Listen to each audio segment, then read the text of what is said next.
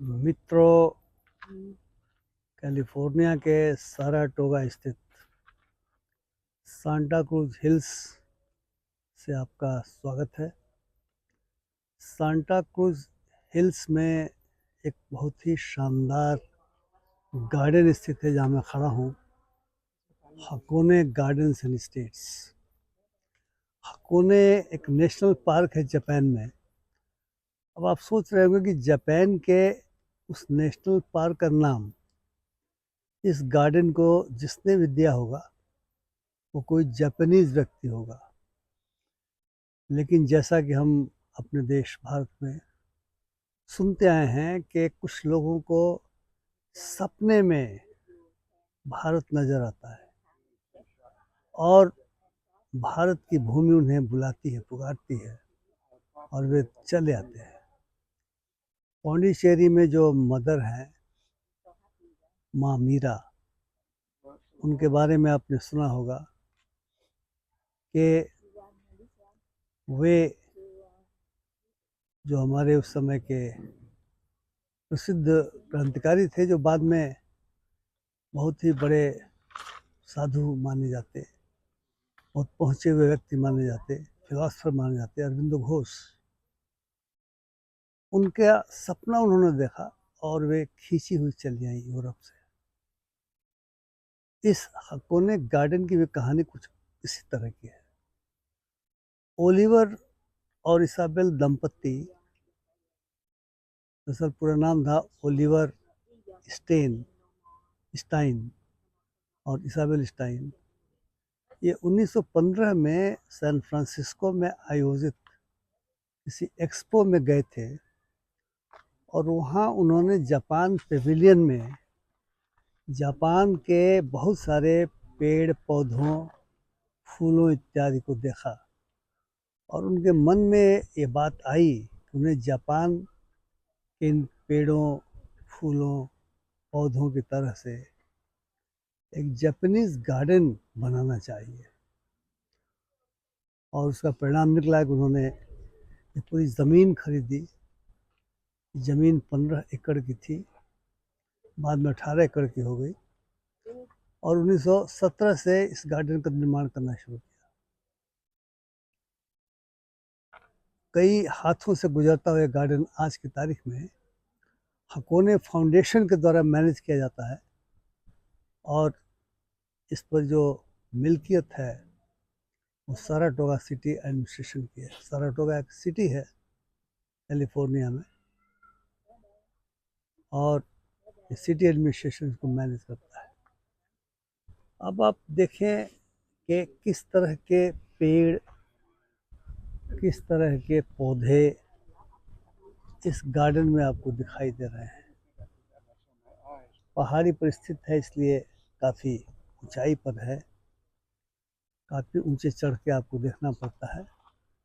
मैं आपको इस गार्डन का, हालांकि 18 एकड़ का है, वहाँ तो हर जगह जा पाना संभव नहीं है, लेकिन जहाँ जहाँ जाया जा सकता है मैं आपको उसका दर्शन कराने की कोशिश करूँगा।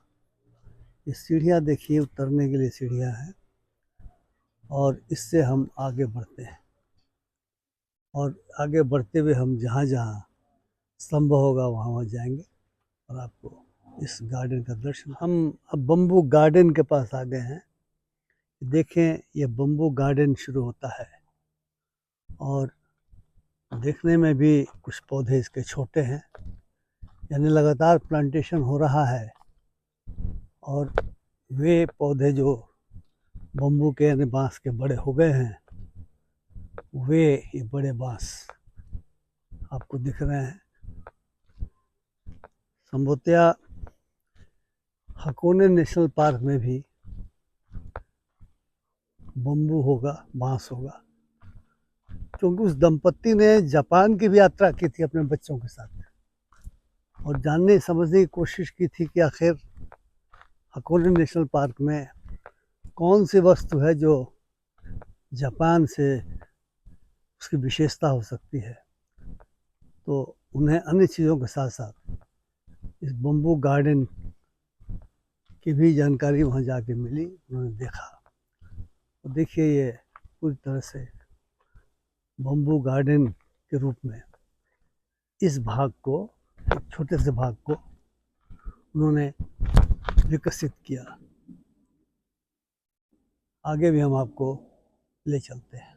ये बोनसाई पेड़ जापान की खासियत होती है।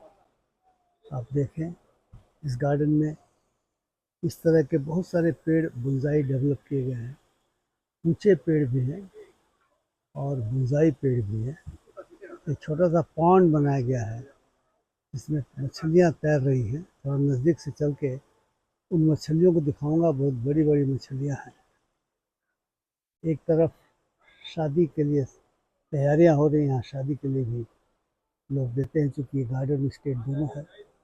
बोनसाई और एक छोटा सा आर्टिफिशियल झरना तैयार किया गया है और उसी झरने से पानी बहता हुआ इस पॉन्ड में पानी आ रहा है।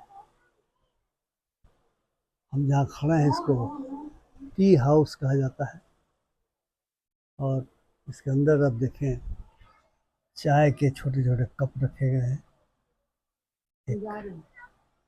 एक टी पॉट भी रखा गया है। इसको टी हाउस कहते हैं। यहाँ से हम गार्डन का भी एक विहंगम दृश्य देख सकते हैं। जो सामने दिख रहा है वो गेट है। उसके पहले पहला गेट है और दूसरा गेट, इसको मोन कहा जाता है। जापानी भाषा में गेट का मतलब मोन होता है। आप इधर देखें, इस हिस्से में भी लताएं दिखाई दे रही हैं। तब चूँकि पेड़ों के बारे में कहीं कुछ अंकित नहीं किया गया है, इसलिए उनके नाम बता पाना मेरे लिए कठिन है। लेकिन आप देखें इस प्रकार के पेड़ जो शायद जापान में होते होंगे, उसे लगाया गया है। एक विहंगम दृश्य इस पूरे गार्डन का आपके सामने, आपकी नज़रों के सामने रूप दिख रहा है, जहाँ बड़े बड़े पेड़ हैं और बोनसाई पेड़ भी है। बोनसाई पेड़ यानी पेड़ों को इस विधि से उगाया गया है कि वे एक खास ऊंचाई से आगे नहीं बढ़े। देखिए देखिए,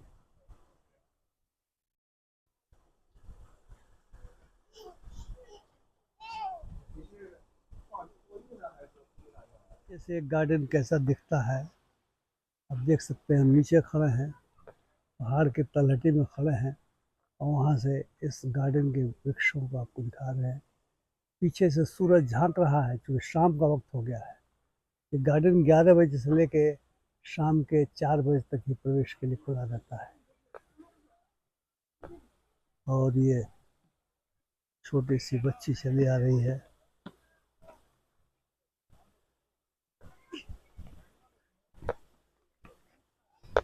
देखिए झरना, झरना आर्टिफिशियल झरना।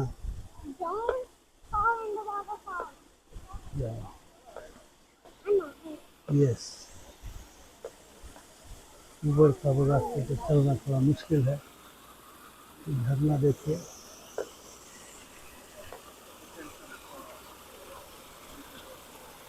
वेट वेट, यह एक लालटेन का, जापानीज लालटेन का एक रेप्लिका दिखाई दे रही है। इसको कसूगा लैंटर्न कहा जाता है। आमतौर से जो गेट बने होते हैं इसको मोन कहते हैं। उन मोन्स में भी ये रहता है। ये कई इस तरह के लैंटर्न हमें दिखाई दे रहे हैं।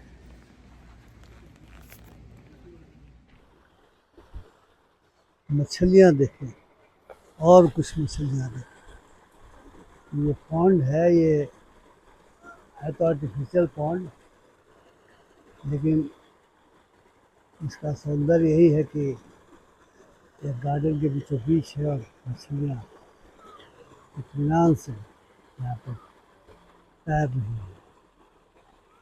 और आप नज़ारा देखिए झरने का भी, वृक्षों का भी। यहाँ के लगता है कि आदमी को शांत होकर के प्रकृति से एकाकार हो जाना चाहिए, और शांति भी है। यहाँ घूमने वाले लोग हैं ज़रूर, एक शांति भी है। और वृक्ष सबको शायद देख रहे हैं कि कौन कौन से लोग आए हैं, कहाँ कहाँ के लोग आए हैं।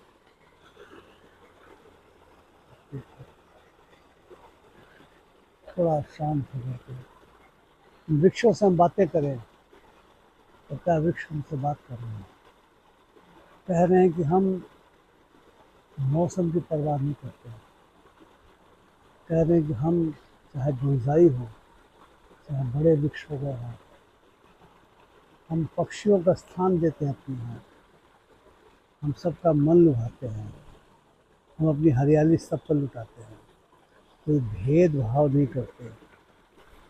हम मनुष्यों को इनसे सीखना चाहिए कि हम भी भेदभाव नहीं करेंगे। इस तालाब में तैरती हुई मछलियों को देखिए, बड़ी बड़ी मछलियाँ इतनी मस्ती के साथ तैर रही हैं, ये देखिए।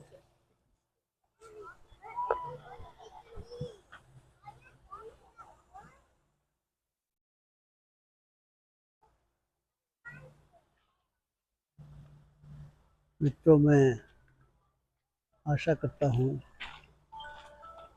कि इस छोटे से वीडियो में निश्चित तौर से आपने इस पार्क के कुछ हिस्सों का, जो 18 एकड़ का लंबा पार्क है, काफ़ी लंबा चौड़ा उबड़ खाबड़ है, जो पहाड़ी क्षेत्र है, ज़रूर आपको अच्छा लग रहा होगा।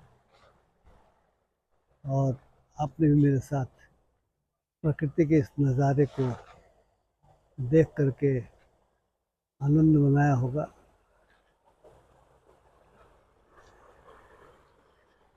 अगर आपको मेरा वीडियो पसंद आया हो तो कृपया शेयर करें, लाइक करें, और मेरे चैनल को सब्सक्राइब करना ना भूलें। बहुत बहुत धन्यवाद। नमस्कार।